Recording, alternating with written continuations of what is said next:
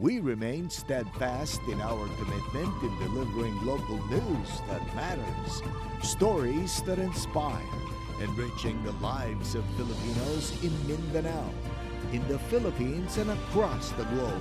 This is your GMA Regional TV, kapuso ng bawat Pilipino.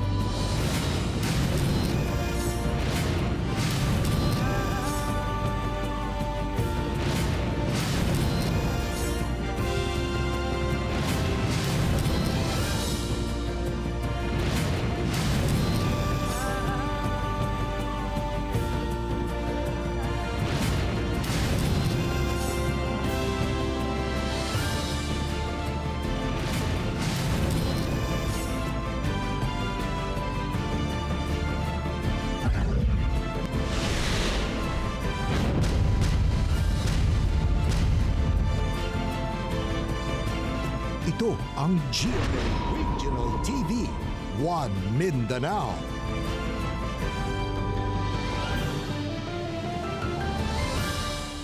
May hapon Mindanao, kini ang GMA Regional TV 1 Mindanao. Hatod namo ang pinakadagko ug pinakulahing balita sa Mindanao. Ako si Tec Ocampo. Sara Hilomen Velasco. Real Soroche, live gikan dinhi sa GMA Davao Complex.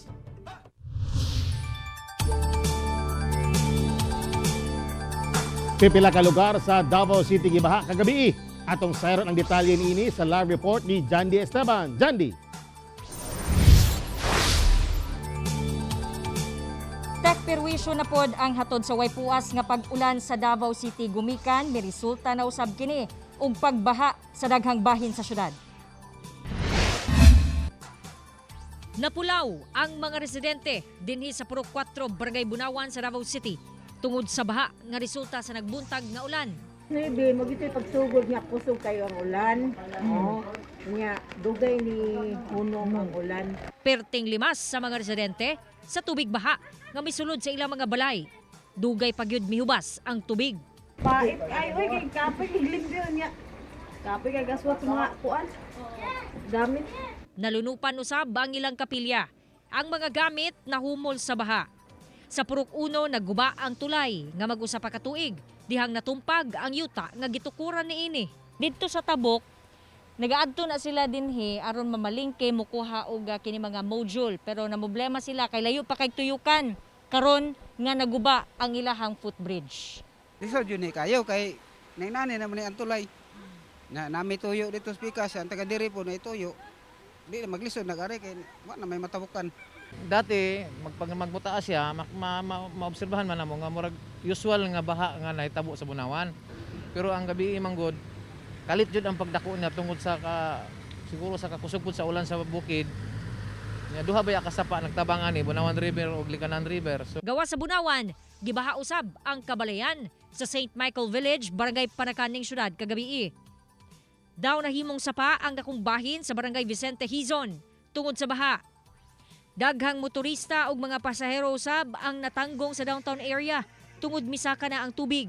Base sa inisyal na itong assessment, dili lang ang tungod sa pag-apaw sa tubig diri sa sapa sa Bunawan River ang hinungdan. Although mo ni ang majority nga coast, no? Pero isa po na itong nabantayan, ang kaning mga surface water gikan sa ibabaw, kaning gikan diri sa may bandang may mga mahayag, pagbabaan na basti ko dunay problema sa mga drainage system. Sumala sa pag-asa nga agbuhos sa ulan daw sama sa pag-ulan sulod sa usa ka bulan. Rason nga gibaha ang dakong bahin sa Davao City. Dako gyud na cloud cluster no ang nabuo sa more diri, especially diri sa may Bunawan area no. Dako gyud siya ang cloudiness nga ato ang nakita no. Yes ma'am, localized thunderstorm pa. Tek sumala sa CDRRMO mo kabat or kapin na 700 ka mga residente sa Davao City ang apektado sa pagbaha kagabi. Ug sumala sa pag-asa nga magpabilin gihapon nga magbinantayon ang mga residente sa Davao City.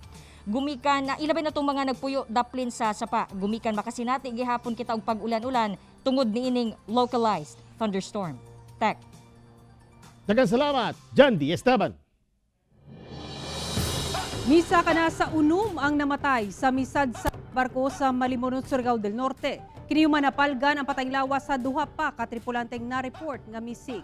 Ano report ni Argil Relator? Unom ka patayng lawas sa crew sa LCT Cebu Great Ocean ang na-recover human kini na sadsad sa Malimuno, Surigao del Norte. Matod sa Philippine Coast Guard, duha ang dugang sa ihap kansang patayng lawas. Nakita niya itong Biyernes sa San Francisco, Surigao del Norte.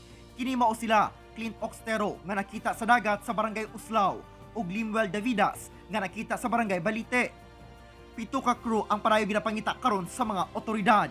According sa PCG personnel na dito, ongoing naman daw kining pag-roving ng PCG, PNP Maritime sa karagatan ng Malimuno ug San Francisco. Sa drone photos gikan sa MDRMO Malimuno, makita ang katunga sa LCT Cebu Great Ocean nga nalapawan na og tubig dagat.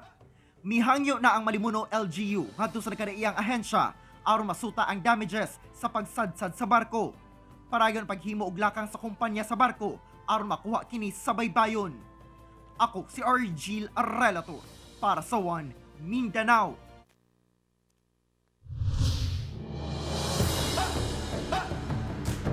Usa ka babae patayo man na hit and run sa Mintal, Davao City. Kabanay sa biktima na nawagan og hustisya. Ani ang detalye? Na akong among nasakitan kay gibiyaan unta. Iya pud unta sang gikuan. Gitan-aw pud unta niya kung sa nabuhi pa ba nagwala. Kasakit ang gibati sa mga kabanay sa 27 anyos nga si Honey Joy Hinko. Human gibiyaan nilang daplin sa dalan ug nagkabali-bali na ang nagkadiyang parte sa lawas diyang nabanggaan ang gisakyang motor nini sa dili pa matinong sakyanan. Magpagasolina lang kuno ang biktima uban ang iyang uyab ni atong tungura apan pag-abot sa Davao Bukidnon Highway sa Barangay Mintal, Davao City, kalit mibangga silang gisakyang motorsiklo ang usa ka sakyanan. Dead on the spot ang babae ug samdan ang lalaki. Ginasubay na sa otoridad ang mga CCTV sa posibleng giagian sa misibat nga driver. Nagsugat na sila sa mismo sa kanto sa New Loon. Atong kakuanan na no katong na biktima na to tong isa ka backrider. Yun na dead on the spot. Anaa sa Manila ang inahan sa biktima ug naglisod usab sila pagpahiluna sa patayng lawas niini. Busa dunay panawagan ng kabanay ngadto sa nakabangga. Ako panawagan sa iyaha nga unta kun do na manggani siya kasing-kasing. Muani siya diri, mo patimaw siya kung naa manggani siya gaagi-agi makita man niya ang sitwasyon unta. Iyahang tubagon ning iyahang kuan dili man miingon nga unsa kun dili magtinabangay unta mi. Kauban si Melchor Awing sa kamera. Ako si Real Soroche para sa One Mindanao. Usa ka motorcycle rider ug pedestrian nga babae ang mga nangaangol atol sa aksidente sa Cagayan de Oro City. Daling gidala sa Northern Mindanao Medical Center ang pedestrian nga giilang si Richel Nagales human nga maigo ug signage nga nilupad dihang nga nabanggaan sa motorrider nga si Gilbert Barros. Sigon sa investigasyon, nagdagan ang motorsiklo sa National Highway sa Kugman dihang nabanggaan niini ang signage nga nalagpot padulong sa biktima. Naangol sab ang rider sa aksidente. Posible kunong nakatulog kini samtang nagmaneho, labi pa nga nakainom kuno kini. Reckless imprudence resulting to physical injuries and damage to property sa katubangon sa mong motorrider. Muna nga ingat, ayaw pag-inom, tuman balaod sa tapiko. O mag-helmet, bisa naka-helmet to siya, tungod sa nakainom siya, dito to na-collapse tungod sa gikan sa alai, padalong Cagayan, hanginan to, dito to na-ogasyot. Nakasinati og brownout ang pipila ka lugar sa Zamboanga del Sur human nangatumba ang tulo ka poste sa lungsod sa Dumalinaw dihang nabanggaan og cargo truck. Sa report sa Dumalinaw Police, gikan Pagadian City ang truck nga gimaneho ni Felix Osero, 45 anyos. Padulong unta kini sa Zamboanga City dihang pag-abot sa National Highway sa Barangay Pag-asa sa Dumalinaw. Naigo sa truck ang mga kable sa kuryente ug nabira. Busa nangatumba ang mga poste. Usa sa poste ang mibabag sa dalan hinungdan nga mihinay ang dagan sa trapiko sa lugar ni atong tungura. Wala hinoy nasamdan sa insidente apan nakasinati og 15 ka oras nga brownout ang mga lungsod sa Tigbaw ug kasikbit nga lungsod. Ginaimbestigahan na sa kapulisan ng insidente ug ang tukmang kaso posible ipasaka batok sa driver sa truck. 5 ka mga lalaki usan ini minor de edad ang gipangdakop sa Cagayan de Oro City. Kung ano, sayro na to sa live report ni Cyril Chavez. Cyril. Yes, Real, nalambigit kuno ang 5 ka mga dinakpan sa mga nagapanghitabong riot sa may Divisoria area diri sa Cagayan de Oro City. Balhog karon sa prisuhan kining 5 ka mga batan-on kinsa nalambigit kuno sa riot nga nagapanghitabo sa Gaston Park ug sa Divisoria area sa Cagayan de Oro City labi na kung weekend. Ang mga dinakpan gila nga sila Pablo Uray, 19 anyos, Christian Mortola, 20 anyos, Alvin Olarte, 18 anyos, Jansen Atienza, 18 anyos ug usa ka 15 anyos nga minor de edad nga lalaki. Nasapon sila sa otoridad sa may Corrales Corner Neri Streets diyang aduna sila kontra nga laing grupo sab sa kabatan-unan. Klase-klase nga grupo na sa mga batanon gid na. So hopefully nga masugpo gid nato na sila unta nga dili na unta na sila magsiganha dinha. Apan gipamugos sa mga batan-on nga igo lamang kuno sila nadamay sa gubot sa laing grupo ug dili kuno sila sakop sa gang inay magbarkada lang. Ana kuno sila nagtambay sa may Gaston Park sanglit gikan kuno sila nanimba sa St. Augustine Cathedral. Gani gipakita pa ni Alvin Olarte ang iyahang samad sa tuhod diyang midagan siya palayo sa mong grupo sa mga batan-on. Ali mo ba nang gakon bitaw?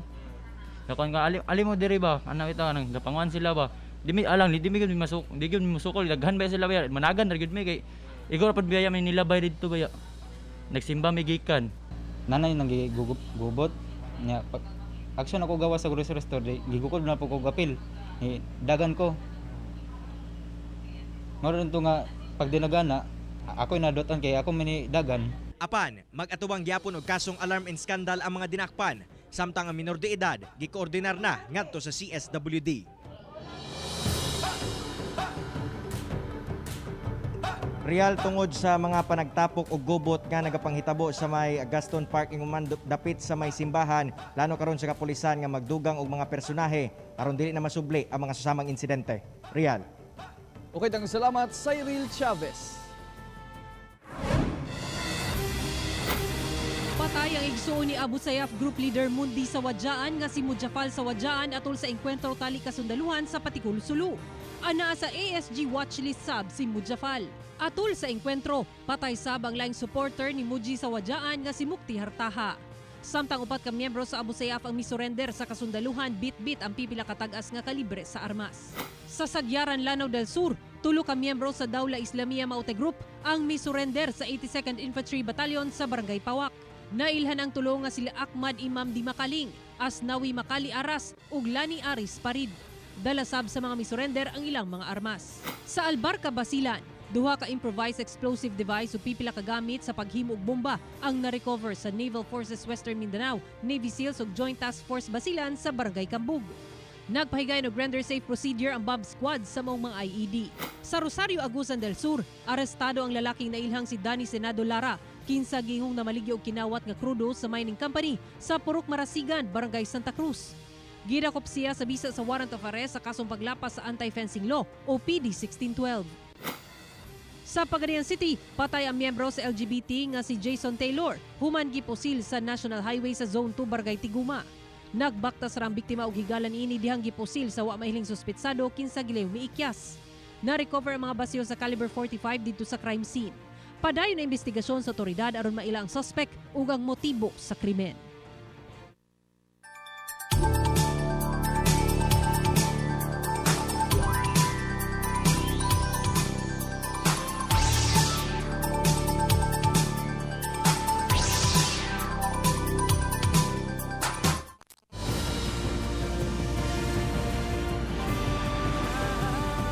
Ito ang GMA Regional TV, One Mindanao.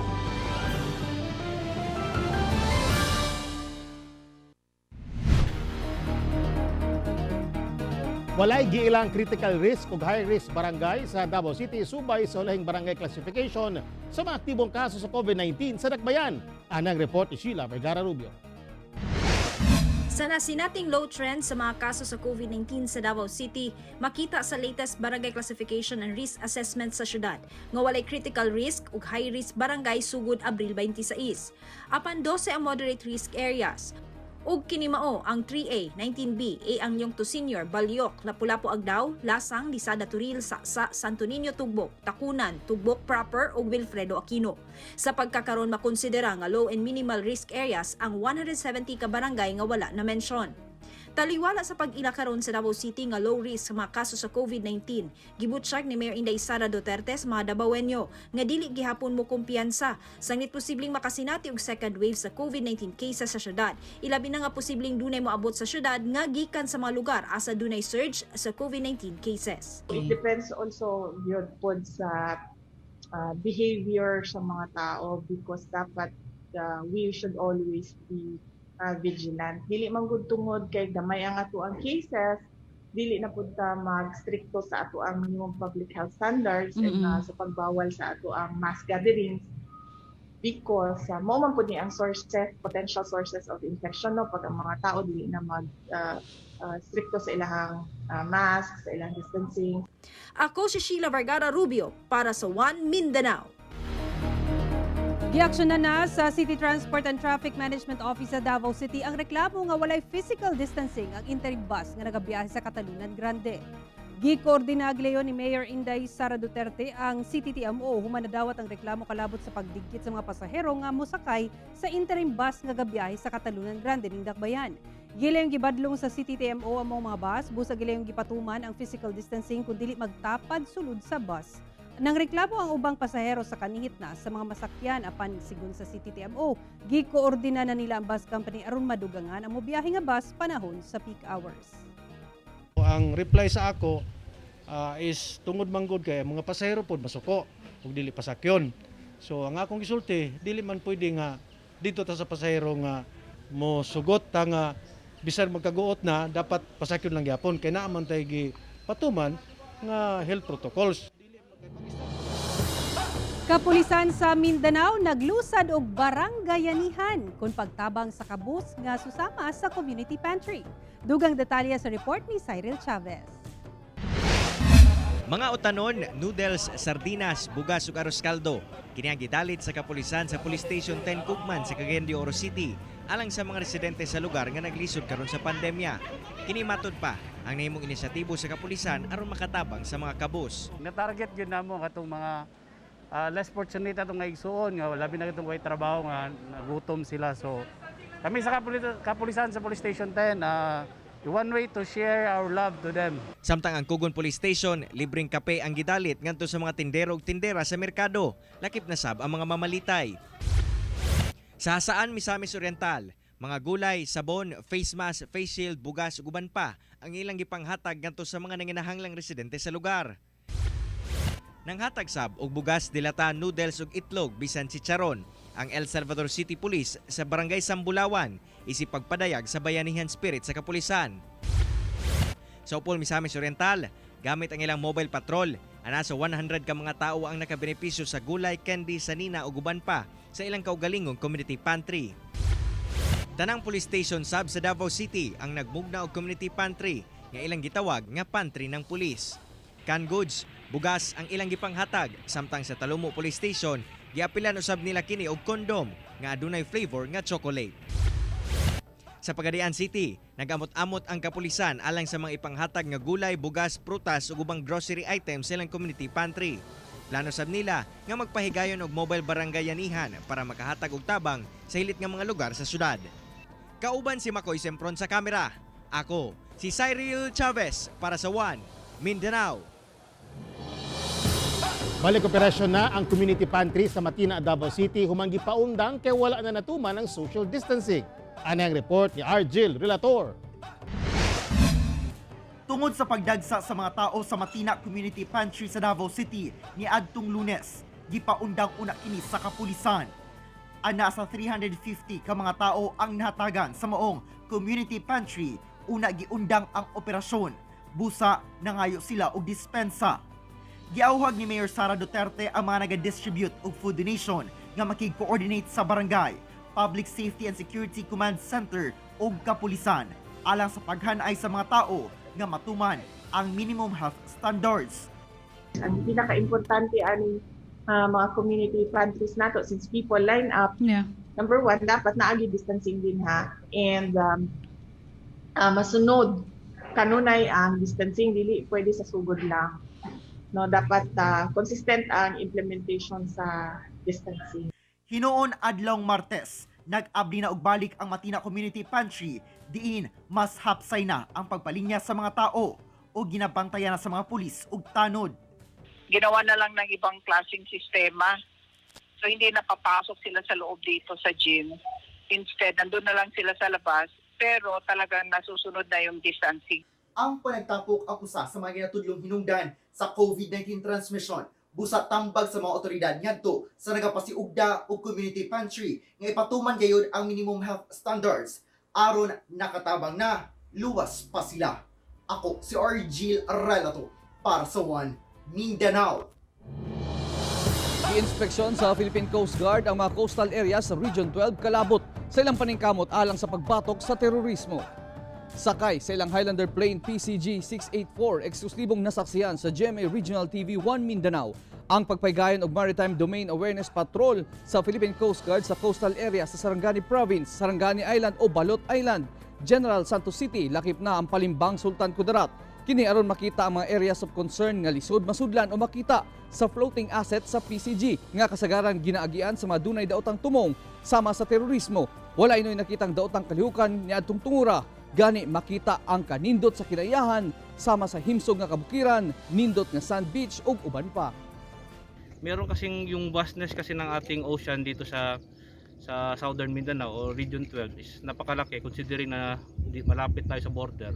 May mga areas kasi na hindi nakikita ang ating mga floating asset. So malaking pasalamat natin na dumalaw yung ating PCG Islander dito para makita rin natin yung mga areas na to.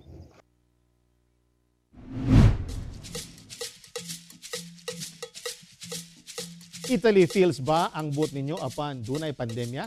Sa Davao City, may tabo kini. Pinagi sa authentic Italian recipes nga hinimo sa ka-Italianong chef. Atong Siron pinaagi ning report. 12 katuig na nga nagpuyo sa Mindanao ang Italian national nga si Chef Max Quarelio.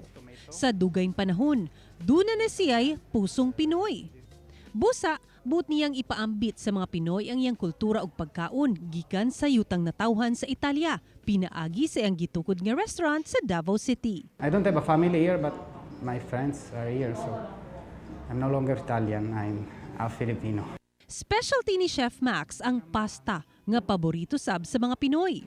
Usa sa ilang bestsellers ang pomodoro pasta. Sa pagluto niini, unang ibutang ang tomato sauce nga mooy bida niining recipe. Dayon isunod ang meatballs, pasta, ang mix sa secret spices, then garnish with Parmesan cheese and parsley. Authentic Italian gayud ang lasa, kay tanang ingredients imported from Italy. This is our signature. This is the typical Italian food. It's from our supplies from Italy, so it's authentic Italian. Busa kung buot ninyo ang Italy feels karong dunay pandemya, mamahimo na kita makabisita sa Italia pinaagi sa authentic recipes ni Chef Max. Bon appetit mga kapuso! Kauban si Jojo Solarte sa kamera, ako si Sara Hilomen Velasco para sa One Mindanao.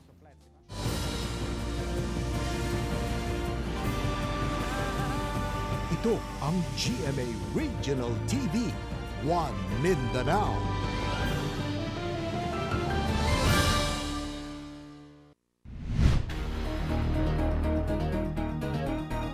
Mas mibos ngadto sa kapin 70,000 ang COVID-19 active cases sa Pilipinas karong adlaw ug katong wala pa naayo sa sakit. 71,675 ang total COVID-19 active cases sa Pilipinas, sumanatala ang 10,109 new recoveries karong adlaw. Busa 925,027 ang total recoveries. 1,013,618 na ang kinatibuk ang kaso sa COVID-19 tungod sa 7,204 new cases samtang 16,916 ang namatay. Samtang sa Mindanao, misaka pa sa 5,386 ang COVID-19 active cases. Dunay 67,324 nga dunay COVID-19. 59,417 ang naayon na ug 2,521 ang namatay. Sa tibuok kalibutan, lapas 147,888,000 na ang nataptan ng COVID-19. Sobra 85,589,000 ang recoveries ug kapin 3,120,000 ang namatay. Gibutyag ni Davao City Mayor Sara Duterte nga mihangyong lokal nga panggamahanan ngadto sa Regional IATF nga ipatuman ang semi-closure sa border sa Davao Region. Sa pahayag sa mayor, buot niya nga essential travel ang makasulod sa rehiyon labi na sa padayong gihapon nga pagsaka sa kaso sa COVID-19. Buot kuno sa mayor nga ipatuman kini sa syudad kaniadto apan tungod sa kadaghang moagi sa syudad, mas maayo kuno nga mapatuman kini sa rehiyon. Ginatun-an na kuno kini sa Regional IATF ug ginahulat na lang ang ilang desisyon kalabot niini. Duna sab kuno'y dugang plano ang mayor sa syudad kalabot gihapon sa COVID-19 effort sa region. We lead into our IATF to consider our suggestions, especially sa limiting and controlling movement of mga tao and pushing back sa mga tao na nag-break of quarantine, because remember there is still a community quarantine sa atuan tanan. Kapin 300 ka kilo sa manta ray nga usa ka klase sa isda nga gikonsiderang endangered ang nirecover sa otoridad sa Zamboanga del Norte. Sa gipahigayong seaborne operation sa BIFA Region 9 kauban ang kapulisan, anaa sa 315 ka kilo sa manta ray ang ilang nasakmit gikan sa duha ka commercial fishing vessel sa dagat sa Labason, Zamboanga del Norte. Naaktuhan sab sa otoridad ang pagpatay sa maong mga matang sa mananap. Wala ang kapitan sa maong fishing vessel niadtong higayuna. Magatubang sila og ang mga tag-iyan niini sa fishing vessel og kasong paglapas sa Section 102 o Fishing or Taking of Rare, Threatened or Endangered Species sa Republic Act 8550. Giturn over na sa BJMP Liloy District Jail ang mga nadakpang o nakuhang manta ray alang sa saktong pag-dispose niini.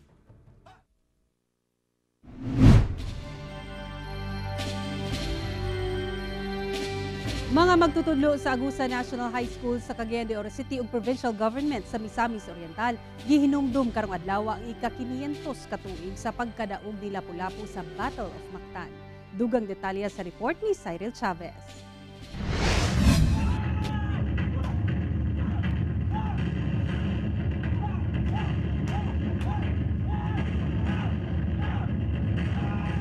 Gipaagi sa mabulukong theatrical performance sa mga magtutudlo sa Agusa National High School sa Cagayan de Oro City ang ika-500 nga katuigan sa pagkadaog sa mga Pilipino sa Mactan batok sa mga mananakop nga Espanyol. Kompleto sa costumes ug pinasahi ang pagsadula sa mga magtutudlo aron mahulagway ang nahitabo sa Mactan, Cebu niadtong 1521. Sa mong paagi, mapakita sa mga estudyante ang kabayanihan sa atong mga katigulangan nga kakuhaan og inspirasyon. To all of you, I hope that you value the heroism that is shown of your teachers and show to your family and build yourself, build your future, because we will all just be here to back you up. Gawa sa paghinumdom sa kabayanihan ni Lapu-Lapu atol sa aktibidad, gipasalamatan usab sa DepEd ang gipakitang kabayanihan sa mga magtutudlo karong pandemya. Ang akong mga kauban nga magtutudlo dinhi sa Cagayan de Oro City, mao ni sila kung gitawag nga modern day Lapu-Lapu. Kay ilaha man gyung i-protect ang interest sa atong mga learners even if we are now on modular distance learning. Samtang sa probinsya sa Misamis Oriental, naghalad og mga bulak ug mga kanta ang mga empleyado isip paghinumdom sa maong kadaugan. Mensahe sa LGU nga bisan og dili maayo ang pagpanakop ni Magellan, lantawon usab kining positibo, sanglit kini ang nahimong dalan sa Kristyanismo sa nasod. Kauban si Makoy Sempron sa kamera. Ako, si Cyril Chavez para sa One Mindanao. Katusan kabanay nga apektado sa gubot karon sa Talitay, Maguindanao ang anaa sa evacuation center. Gilayong gipaabot sa provincial government sa Maguindanao ang mga relief goods ngadto sa mga magpanay nga namakwit karon gikan sa Talitay, Maguindanao tungod sa kagubot sa lugar. Ang mga apektadong sibilyan nga naa karon sa barangay Butilen, Mother Kabuntalan namakwit kini sa kabalaka sa ilang seguridad tungod sa duha ka grupo nga nagrido sa mga lugar. Gilayong gipadala ni Gobernador Bay Mariam Sangki Magudadato si PDRMO Nasrullah Imam uban ang OCD aron maghatag og pagkaon sa mga pamilyang namakwit. trending karon sa social media kining usa ka truck o dancing traffic enforcer sa Cagayan de Oro City.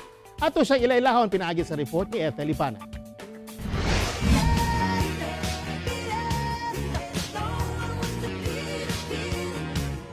Good vibes gayud ang haton ni ining traffic enforcer dihang misayaw alang Michael Jackson dinhi sa Bulwa Recto intersection Macapagal Road sa Cagayan de Oro City. Siya si Melchor Luna nga taga Acacia Street, Carmending Syudad, kinsa 22 na katuig isip traffic enforcer. Idol kuno gayud niya si King of Pop Michael Jackson. Magpunta mo headset. Punta mo headset, cellphone. Sayo gid ko kay di man maayo ma'am nga magkapay-kapay lang kadiya nga wala espiritu ma'am ba. Mas maayo mo sayaw ka para makita nato ang moves nga ang ngayon ipakita sa tao. Wa kuno niya tagda ang kainit sa adlaw basta mahimo gayud niya iyang trabaho. Bisan todo init kayo. Why kumo sa kainit basta ka nakaalaga yung panerbisyo sa tao. Suportado usab si Melchor sa iyang mga kaubanan. Ganahan po ko sa iya, ma'am. Kaya mga driver, kakalingaw po sa iya. Kaya sige siya, magsayaw-sayaw. Kauban si James Yap sa kamera. Ako sa Ethel Ipanag para sa One Mindanao. Mga kapuso, way puha sa among pagatunog balita. Bisitahin www.gmaregionaltv.com ug mag-subscribe sa official YouTube channel sa GMA Regional TV. Busa mga kapuso ayaw po ulahi sa mga dagkong balita sa nagadayang rehiyon sa nasod, subscribe na.